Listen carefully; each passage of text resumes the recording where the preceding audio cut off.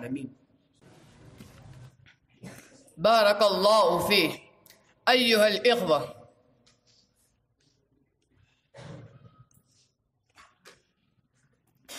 إن الإسلام دين أمن وسلام، وليست له علاقة بالإرهاب والتطرف أي علاقة، وقد شهد له التاريخ في مختلف عصوره أنه قد عفى عن أكبر معاديه وحاقديه.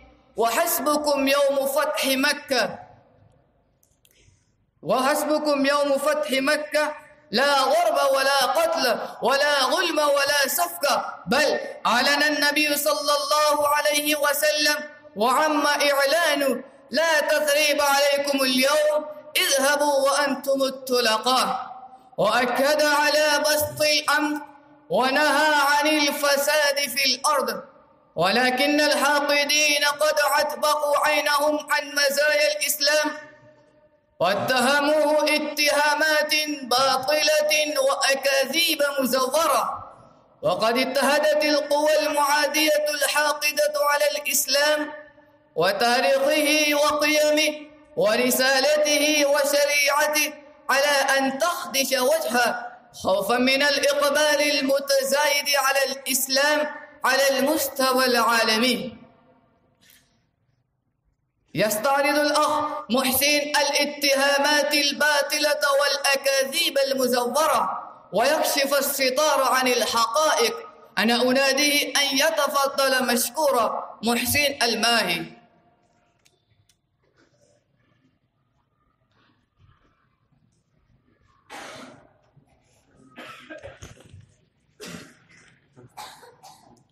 الله الذي خلق الموت والحياة ليبلوكم أيكم أحسن عملا، وأشهد أن لا إله إلا الله وحده لا شريك له، وأشهد أن محمدا عبده ورسوله صلى الله عليه وسلم وعلى آله الطاهرين وأصحابه الطيبين.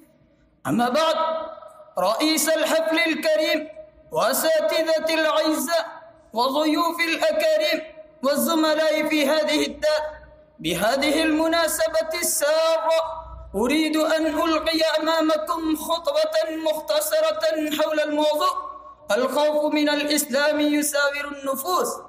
أيها المسلمون، الإقبال المتزايد على قبول الإسلام والرغبة الشديدة نحو الاهتداء إلى منهجة الطبيعي على المستوى العالمي جعل المناذلين للإسلام في قلق شديد وخوف من مستقبلهم.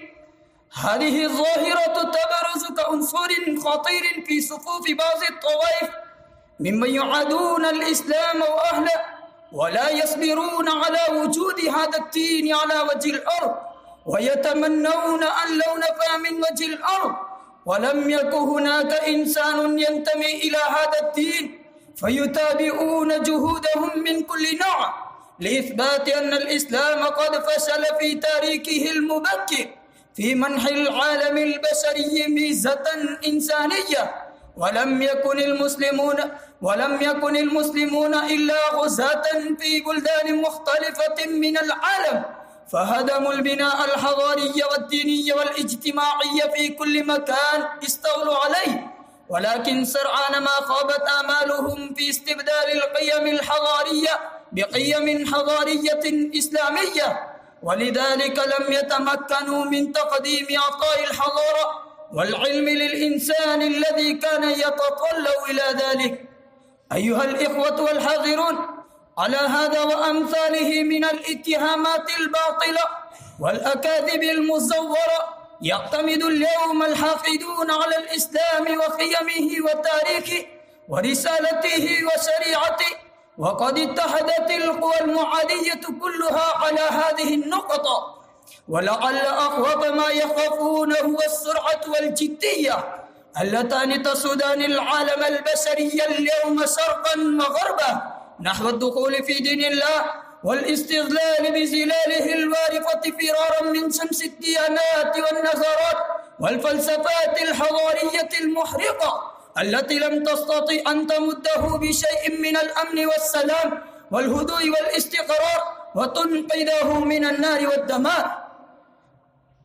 أيها المؤمنون الغيورون، إن هؤلاء الحاكدين كان أكبر همهم في كل زمان ومكان أن يشوهوا صفحة الإسلام الناصية وتاريخه الظاهر بكل وسيلة ممكنة، وأن يمزقوا الوحدة الإسلامية والأخوة الإيمانية العالمية تمزيقا كاملا، حيث يجعل من كل أسرة إسلامية فرقا قددا، ومن كل مجتمع إسلامي عداء الداء، ذلك لأن نار الحقد التي تشتعل بين جنباتهم جففت منابع الرحمة والمروءة والتفكير الهادي في نفوسهم، وعادت بهم خلقا آخر غير الإنسان الكريم العادل.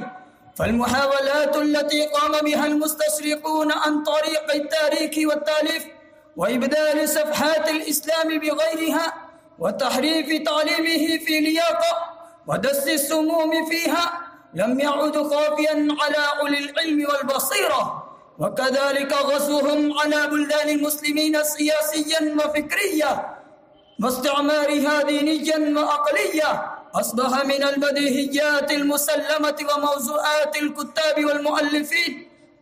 أيها المستمعون المكرمون، أما المسلمون فلم يألوا جهدا في شرح الإسلام لهؤلاء الناس وبيان خصائصه وخلود رسالته وسعادة منهجه، إنهم عرضوا عليهم دعوة الإسلام نقية خالصة نامية باقية إلى يوم الدين، ولم تفارقهم حكمة الدعوة ولا فقه السيرة في أي وقت، وأرادوا أن يقنعوهم بأنه الدين الوحيد الذي يبقى والمنهج القويم الذي يسعد الحياة والرسالة الخالدة التي تتولى في الإنسان تنميته والنزه والكمال والثقة والإيمان وتربيته على كلال الفتوة والرجولة والصمود والكرامة، ولكنهم رفضوا الهداية وأنكروا السعادة، ولم يسمح المقت الشديد الذي امتزج بلحمهم ودمهم نحو الإسلام، ولم يأذن الحقد الدفين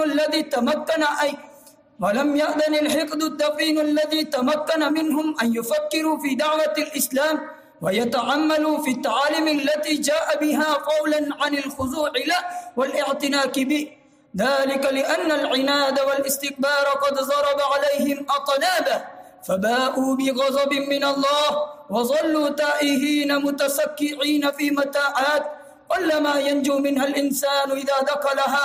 يقول الله تبارك وتعالى: ألم تر إلى الذين أوتوا نصيبا من الكتاب يشترون الضلالة ويريدون أن تضلوا السبيل والله أعلم بأعدائكم وكفى بالله وليا وكفى بالله نصيرا. أكتفي بهذه الكلمات.